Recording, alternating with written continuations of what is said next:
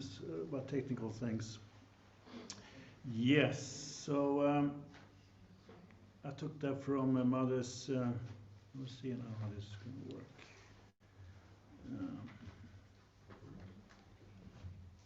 Oh, there we have it. Yeah. This is from Tremada's speech at the beginning of the year at this event. That's tomorrow.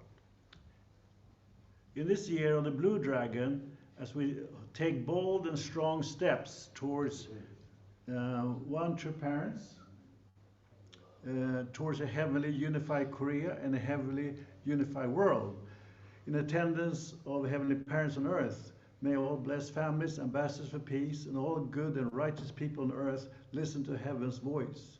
Throw away everything that is unfulfilled in front of heaven until now, and become people who fulfill their duties as filial children, patriots, and holy sons and daughters towards heavenly parents on the path of hope and a hope-filled future. Therefore, it's my prayer that all members of the Family Federation within the unification community will fulfill their responsibility to guide humanity towards becoming such people, and that in good health, that they will advance towards completion of the providence. So I thought that sounds quite hopeful. And as you know, that we live in the age of Lent right now. Swedish is fastan. And we are not so, Christians are usually not so strict as the Muslims. When they have the Ramadan, I think they're much more strict. They really do the fasting. But in our Christians, especially in Sweden, we tend to eat more. Actually, we eat the semlor during fasta. So then we at least remind about that we have fasta, Lent. But so this is the theme I take from the Bible scripture for this period. So it's both, if you can see there, it's both in Swedish and English. I put it there. I will read in English. Be ye therefore followers of God, as dear children, and walks in love, as Christ also hath loved us, and hath given himself for us as an offering and a sacrifice to God for a sweet-smelling Savior. But fornication and all uncleanness and covetous to let us be once named among you, as becomes saints, neither filthiness nor foolishness, talking or jesting, which are not convenient, but rather giving of thanks. For this ye you know, that no warmonger, no unclean person, no covetous man, who is an idolater, hath any inheritance in the kingdom of Christ and of God. Let no man deceive you with vain words, for because of these things cometh the wrath of God upon the children of disbelief. Be not ye therefore partakers with them, for ye were sometimes darkness, but now are ye light in the Lord. Walk as children of light. For the fruit of the Spirit is in all goodness and righteous, the truth. So it reflects, I took this passage because I think it reflects both the hope for this coming year, but also the state of the world and how we live today.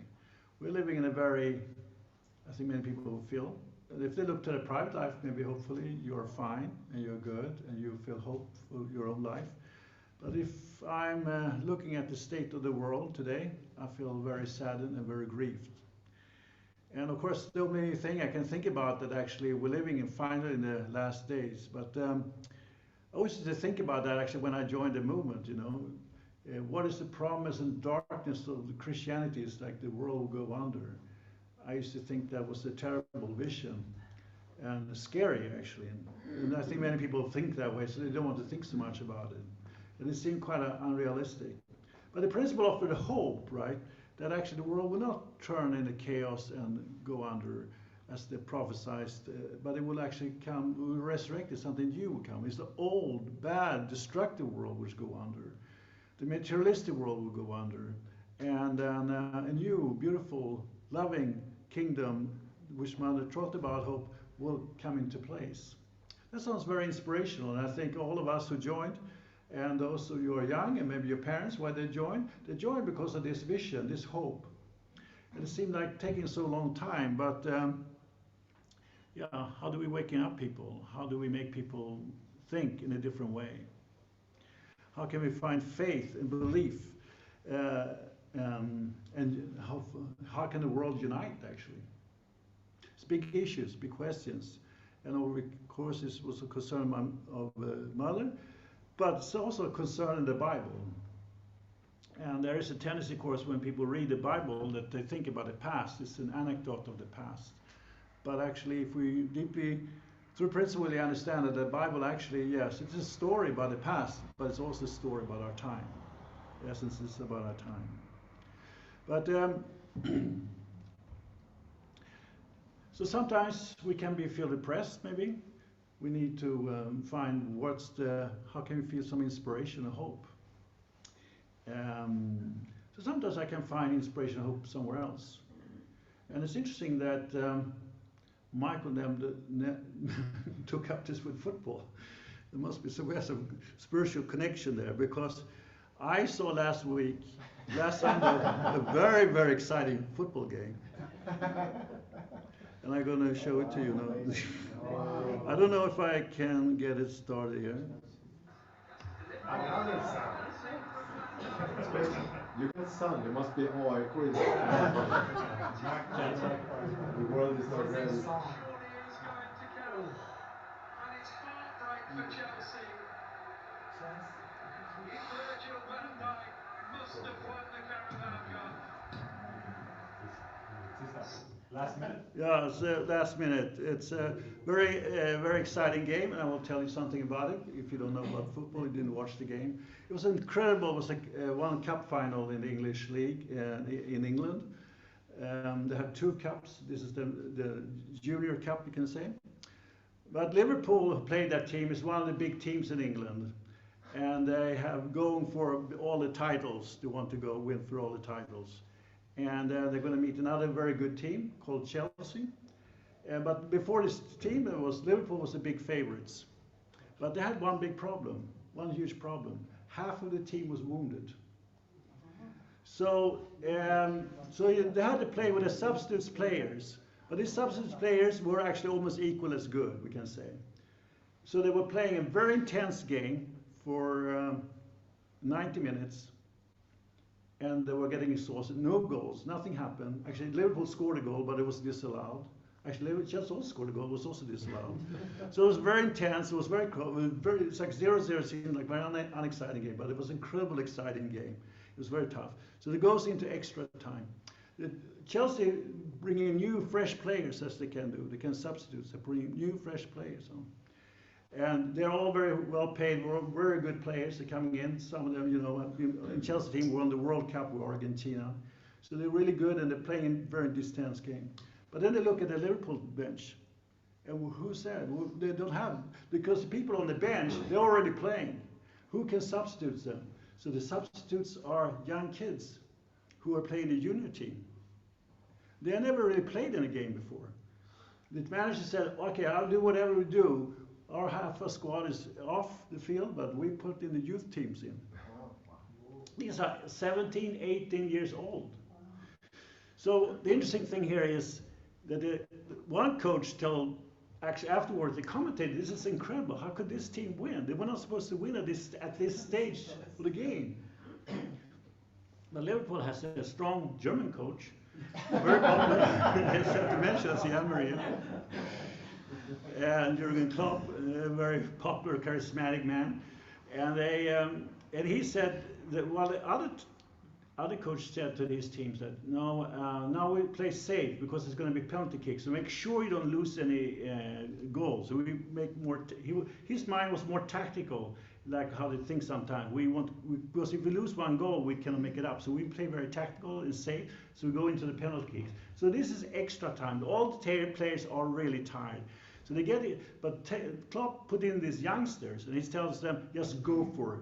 Just have your belief, have your vision, just go everything for it. So they went in and pushed hard and really did their thing. They were not as good, but they really pressed hard, and they managed to get this corner kick, and then elder player,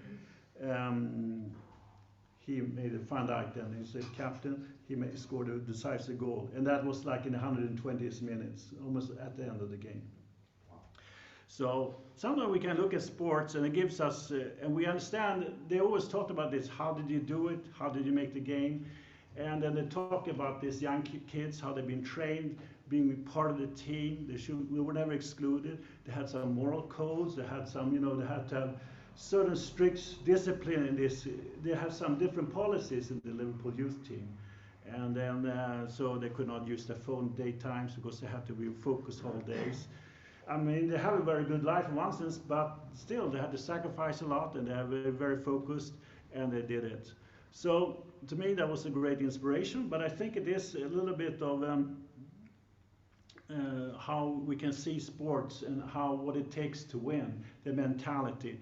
And the trainer said, the Liverpool coach said, Liverpool have won, through him, they have won everything, Liverpool. But he said, to me, this was the sweetest victory, he said. Because he put his faith in these young kids, and he allowed them to be part of the team, and they could grow through his. So he thought this victory, even this championship, was not the biggest of all. He felt it was the biggest of all, because his heart was there with them. And so everyone was so excited. And here they are interviewed afterwards, and they say, how did you do? How did you dare? How did you have the belief? They say, the coach gave us liberty, he believed in us, and we just did what we could do.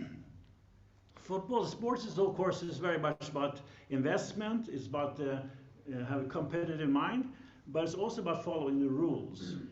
The rules are very important in sports. And so this is what I want to talk about here. We have some Americans here. So you wonder, but that was not football, you would say, right? Because in America, football is defined by NFL, the National Football League. But I want to say, so that's why usually English people say, or they say soccer. But I don't like that term because it is actually football in English, but not in American English.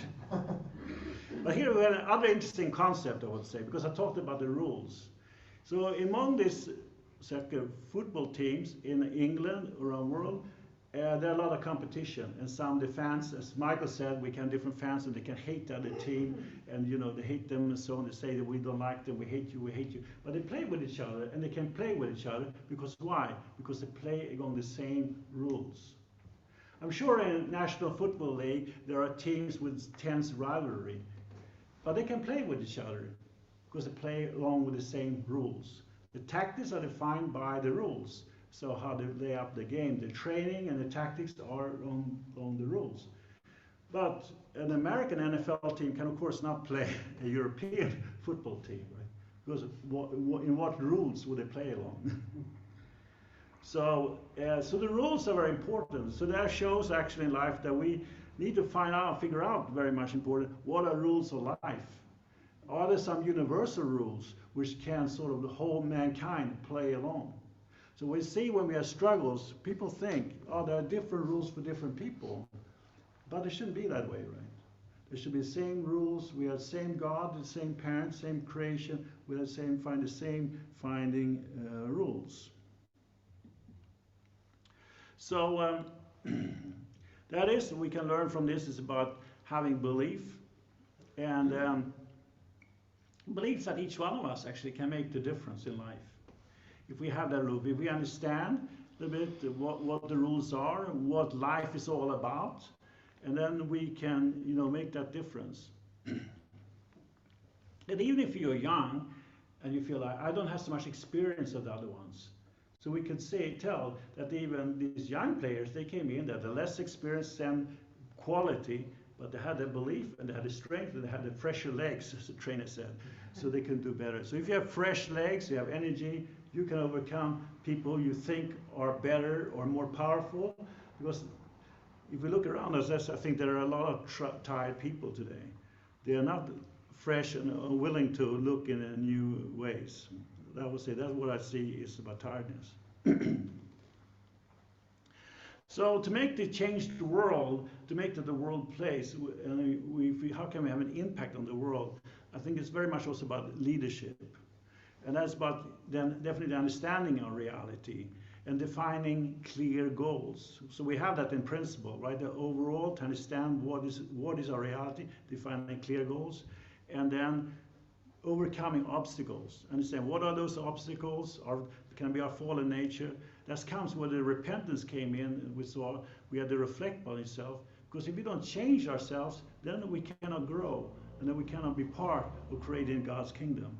So there's a lot of problem today in the world. People think they don't need to change. They feel almost offended if they're going to ask to be changed. But actually, to change ourselves is an opportunity, right? And you have that not only in sports. In sports play, if it doesn't follow the coach direction, you have to improve. He will not be on the team. And the same way in the business people and business community, the company doesn't improve and develop, it's out of business. In Sweden, we had this very classical example. They made cash registers, and they called Faucet. Everybody was all older Swedish. We know the company Faucet. There was a big. I was traveling around the world. Always this machine. There were cash registers, and the name was Faucet, and they were all over the world. We were very proud of them. But then there was new technology coming from Japan. I think it was with electronical things, and they didn't catch up on that. So a few years later, they were out of business. They don't exist anymore because they didn't catch up with the competition. So there are many stories like this. This is one of the most extreme stories, I think. Yeah, Nokia is one, but they still exist somehow, right? Or some ways. But I don't know if the Nokia phones exist. Yeah. So yeah, exactly. So this competition development, you have to develop himself. So we can say that way, who's going to qualify for a kingdom of heaven, a unified world, a peaceful world? We need to change, and we need to set an example and a standard. And I think that's a little bit on our task, opportunity. So the strategy then, yeah, it is actually to find common ground and high purpose. So the problem I think as business community and technology has developed through competition, religions themselves feel like, we don't need to compete, we just go into ourselves, a little bit retractive, right? We just stick to our old principles and things like that. And that in one sense good, but in one sense not so good, right? Because you need to develop and change. And then I think that goes even for us, and for everybody actually. We need to, certain things we need to keep hold on. We can say certain things are, the truth should be told, but how we apply, how we understand this truth, how we practice it, that's should be always open for change and development, and that's a part of our creativity. And I think that's why we also, if we understand their higher goals, we can also invite people with other beliefs to say we don't have to change their beliefs, but in our interaction with them, we can evolve to maybe a deeper understanding of beliefs. So I think this is what have limited God's to work actually in many ways, because people are so stuck in their dogmas without understanding how to evolve their teachings. Some people just give up the dogmas and adopt themselves. But then they're losing the vertical line, which is, of course, is a problem also. So religion is often viewed, and we can say, because religious teaching doesn't seem to be relative to our it seems like some artifact people have, an attribute they belong to, but it doesn't seem to offer any solution for today's problems. So that's why we need to have a deeper understanding of principles, so we can understand actually the religion and in the religious communities, there are a lot of seeds for change to address also today's individual problems when people feel influences and group pressure for different things, and they wonder why should we go along this way or that way, or how leadership conducting world policies. Where is the religious, the spiritual perspective of these things? And I think more and more people started wondering also about this issue. And I think this is an issue we need to address also in general terms, to waking up people's consciousness. So, yeah, to change things, that's what we talk about principle. It's about restoration, to restore ourselves, restore the world, and to make these old teachings, scriptures, actually worth reading, worth reflecting upon. So we take them into our lives and try to understand, there was a time why Jesus couldn't succeed, why religion struggled, and it has been going on all the time. But we have also an opportunity now in our lifetime to make ourselves relevant by connecting with this very precious history, to make us understand that, yeah, we need to change. Everybody needs to change. Everyone needs to grow. It's our responsibility to do that. And have a vision for the future. The same way with these sports people, they always say, okay, now you won this, you're going to win the next cup, you're going to win the next cup. The players and everybody is always consistent one answer they always say. I'm not going to think about the cup now. I'm not going to win the league now. I'm going to think about tomorrow's game. Next game is always have to think about, because if they don't think about the next game, they might lose that game, and then they lose everything. So that's why the focus it is. And I think that's also, I thought about something very important for us. We think about kingdom of heaven. Yes, it should be our vision, but we cannot only just think about it. We have to find the steps which we can create the next step. And that next step can be next Sunday service, can be next meeting with a friend of yours, a meeting you're doing, some engagement. That can be a very precious, important step. You put your heart and focus in. You know, that's part of building your kingdom, your step to contributing to the kingdom in a unified world. So, conclusionally, I took also this Chon Sim Won. Chon, heaven, Chim, heart, one place. So we understand we can bring heaven with our heart into this small place. And to talk about prayers, the importance of prayers. And it's the same way, like concentrated belief. You know, I never see so many religious persuasions and convictions as on a football field. I mean, they're all making these crosses and signs and pointing to heaven, or, you know, bringing their hearts, and, you know, it seems like there are people, they really are very religious. They seem to be more religious there than in the regular church.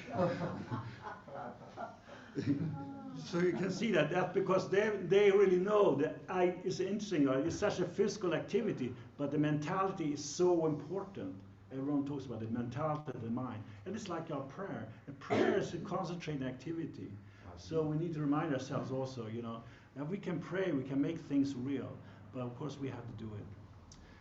So with that, I wish that we all together, we support each other, and we can have hope and belief. Actually, despite this world, we have something to do, and we can create a unified, and peaceful, and better world. Thank you.